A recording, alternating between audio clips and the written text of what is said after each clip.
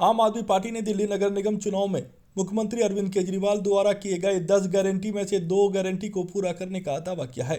आम आदमी पार्टी के दावे को कृष्णा नगर के भाजपा पार्षद संदीप कपूर ने भ्रमित करने वाला बताया है। संदीप कपूर ने कहा कि आम आदमी पार्टी ने नगर निगम के कर्मचारियों की वेतन की समस्या के समाधान का दावा किया है, जबकि वेतन की समस्या का समाधान पूरी तरीके से नहीं हो पाया है।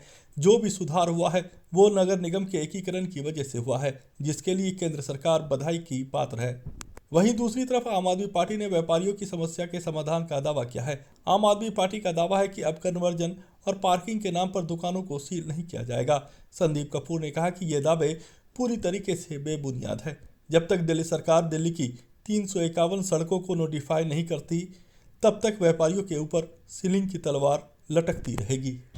देखिए, आम आदमी पार्टी का काम ही जनता को बरगलाना है। जहाँ तक कर्मचारियों की तनख्वाह की समस्या थी, ये पिछले 8 साल से आम आदमी पार्टी की वजह से ही समस्या थी, क्योंकि जो वित्त आयोग की रिपोर्ट के हिसाब से दिल्ली सरकार का जितना रेवेन्यू आता है उसका 12.5% निगमों को देना होता है, लेकिन ये 7 से 8% देते थे और करोड़ों रुपए इन्होंने रोका हुआ है।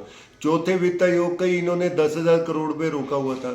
तो अब बीजेपी ये जो तीनों निगमों को इकट्ठे करने के इसलिए लेकर आई, एक तो खर्चे कम किए और दूसरा जो तीनों निगमों की जो आय थी इकट्ठी होने से, और आप देख रहे हैं कि पिछले कुछ महीनों से जो 4-4, 5-5 महीने की तनख्वाहें ड्यू थी वो धीरे धीरे कम होकर अब 2 महीने पे आ गई है। तो इन्होंने अभी रिजॉल्व क्या किया है, अभी तो अगर ये पैसे देते रहेंगे तो तनख्वाह जाती रहेगी, उसमें तो कोई दिक्कत नहीं है। तो खुद ही समस्या को इन्होंने जनरेट किया, पैसे रोक कर निगमों के, और अब उसे रिजॉल्व करने का ये दावा कर रहे हैं, जो कि अभी नहीं हुआ है। एक दूसरा ये कह रहे हैं कि हमने वो सीलिंग कन्वर्जन से व्यापारियों को राहत दे दी।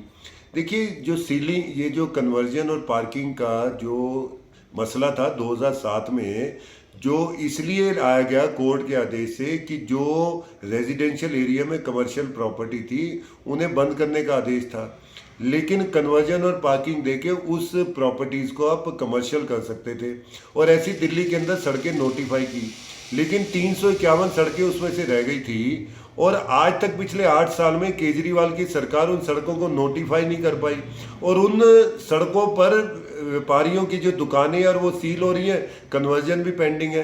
तो पहले तो 351 सड़कें नोटिफाई कर ले, व्यापारियों की समस्या अपने आप दूर हो जाएगी, तो वो भी इन्होंने जनरेट की।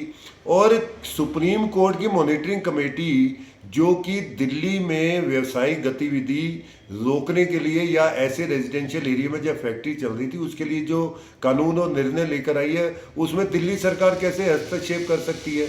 हम भी व्यापारियों के साथ हैं, व्यापारियों के हित में हमारी मांग है कि 351 सड़कों को केजरीवाल सरकार नोटिफाई करे, जिससे वहाँ सीलिंग खत्म हो, और दूसरा जो फैक्ट्रियों को आराम से चलने